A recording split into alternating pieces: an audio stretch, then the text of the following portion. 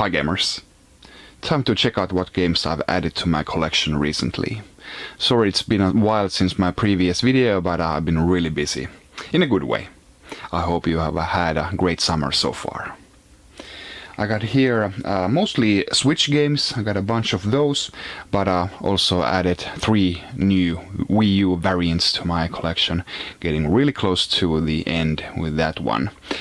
And also got a new N64 game. It's been many years since ever since I finished my Nintendo 64 collection, I haven't bought any of those, but I got a variant that I was missing, so that's coming up as well. And at the end of this video I'm gonna be sharing my thoughts on Dark Souls Remastered. So let's dive right in. First up, for the Switch, I got Hyrule Warriors Definitive Edition. Now this is actually, I think this is a record for me. This is my sixth version of the game that I have. I had 4 on the Wii U, all sorts of different editions from different regions, and one, the limited edition of Hyrule Warriors Legends on the 3DS, and now this. So a total of 6 versions of the game. So I think that's a record for me. Then got Sushi Striker, The Way of Sushido. Got here also for the 3DS. Fun puzzle game, quite a hectic pace. And also for the 3DS I got Dylan's Dead Heat Breakers. One of the newer Nintendo IPs. I think there's been like 1 or 2 downloadable games of Dylan before.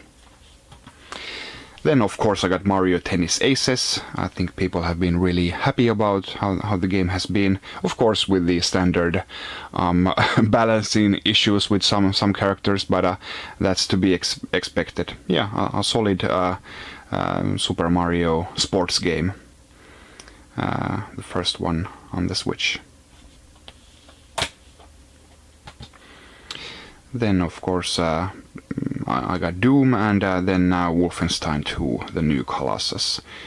It's of course, you know, it's because it's basically a handheld game, so of course the graphical fidelity is not going to be up to par with the big boys, but you know, when you played on the Switch's handheld screen, the resolution is just adequate and runs well enough, and yeah, it's a great game. Which I think I can't be said about this Harvest Moon Light of Hope.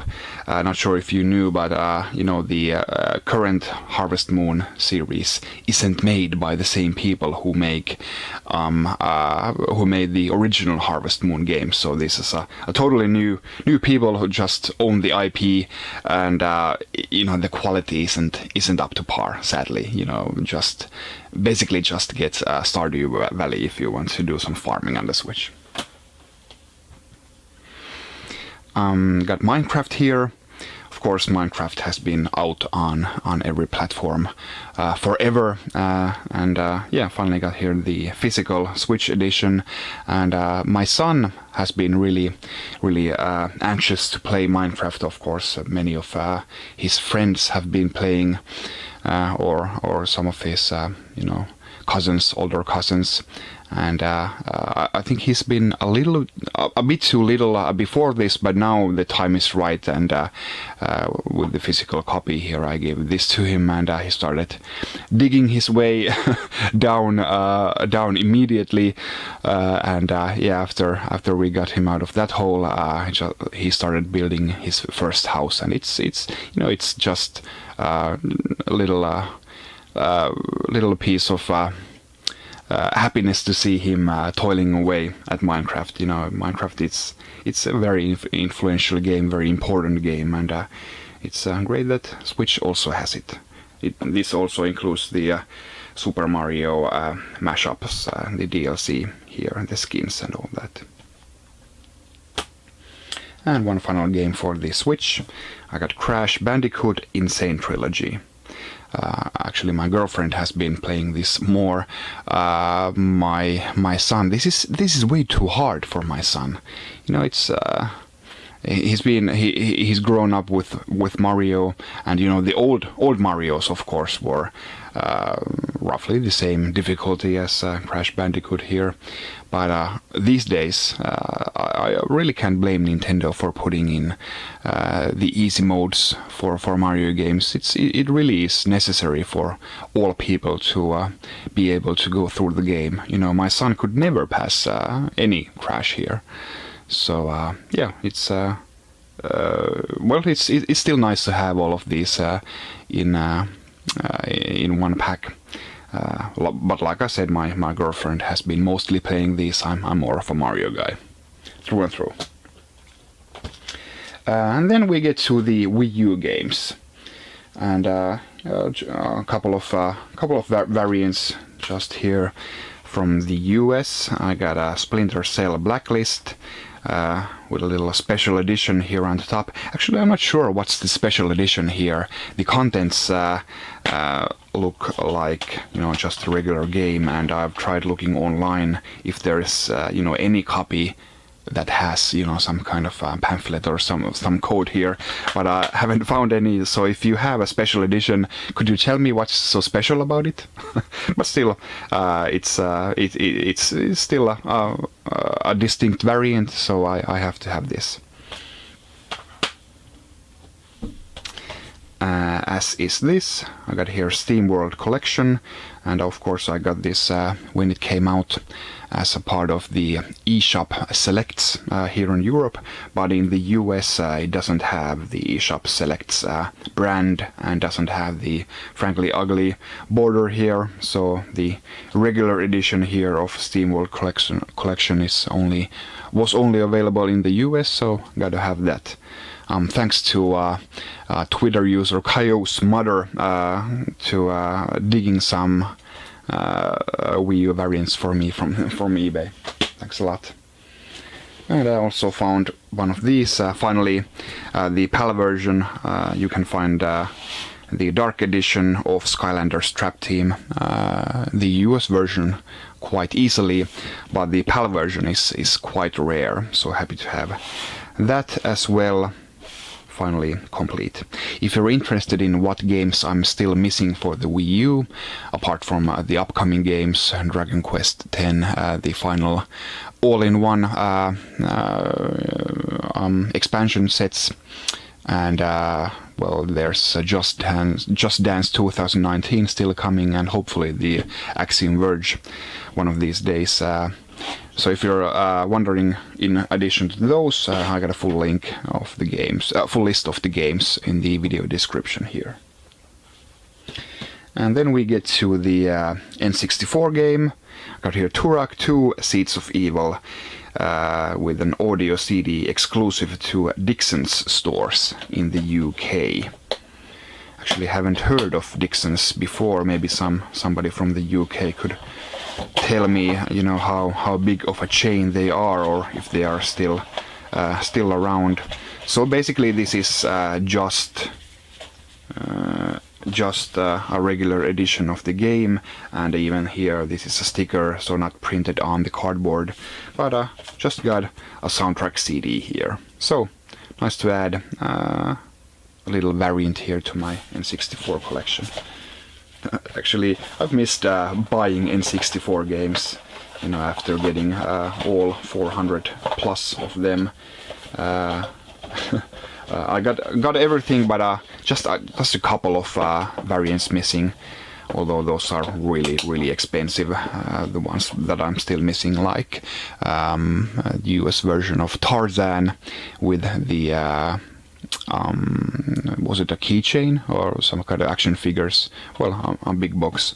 So Tarzan is one of those, and of course the Rampage with the plush. I'm missing that as well. I actually have the box, the thick Rampage box with the game inside, but just an empty box. I don't have the plush, sadly.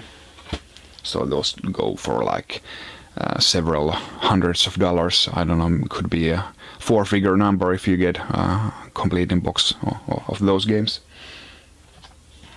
Yeah, and finally I got here one PlayStation 4 game, Dark Souls Remastered. So I'm gonna be talking a bit more about this. Yeah, like I've said previously, I think many times before, I love the Dark Souls and Bloodborne series, but I started playing them in the reverse order. First I played Bloodborne, then Dark Souls 3, then Dark Souls 2, and now Dark Souls 1. I still haven't played Demon Souls. I of course have it, the Black Phantom edition for the PS3, but you know, kind of like with Dark Souls 1, I had Dark Souls 1, but for some reason didn't have the time to play it back in the day, and then time passed, and I had other games to play, and you know, I of course knew about the performance issues, frame rate in Blighttown and all of that, so I decided to wait for a remaster, and then they finally announced it, and here I have it. So it was perfect in that respect, and I think that it's more likely that Demon Souls gets a full remake instead of a remaster, but fingers crossed for that. So I'll have played every game in this series once they remaster Demon Souls. I think I'm just gonna keep the PlayStation 3 game there. Not gonna hurt myself with the performance issues there. It's really important for me to have the 60 frames per second. Of course, you know, Bloodborne doesn't fare too bad even with 30, but you know what I mean. I actually was waiting for this for the Switch, and kind of battling back and forth if the portability is better than the 60 frames per second than on this version, but then they delayed the Switch version, and I of course pounced on the PlayStation 4 version here, and yeah, of course. You can tell that this is an older game than Bloodborne and Dark Souls 3. It does have some really clunky mechanics. The movement and battles are well, really clunky, and but to me that just adds to the excitement that is Dark Souls. You know, you don't have to be a super ninja. There, it's just really terrifying to play when you know you're not the most agile guy out there. And what really, you know, surprised me is the level design here. It's absolutely crazy what kind of ledges you're supposed to be walking on as part of, you know, the actual advancement in the, you know, in the regular game. You know, not a shortcut or some secret. You have to walk on very thin ledges on some parts of the game. And but all in all, of course, the sprawling nature of the hub world and all the shortcuts that you open up, they're just top notch. I might say that the level design, you know, as it all connects together, is the best in the series in Dark Souls 1. A couple of easy bosses in my opinion. I got a few bosses beat on the first try, which is always baffling in Dark Souls. But yeah, of course there were many that did require a lot of practice as well. But yeah, really atmospheric, and of course the NPCs are as weird as ever, and yeah, just a fantastic game. I have no Dark Souls fatigue whatsoever.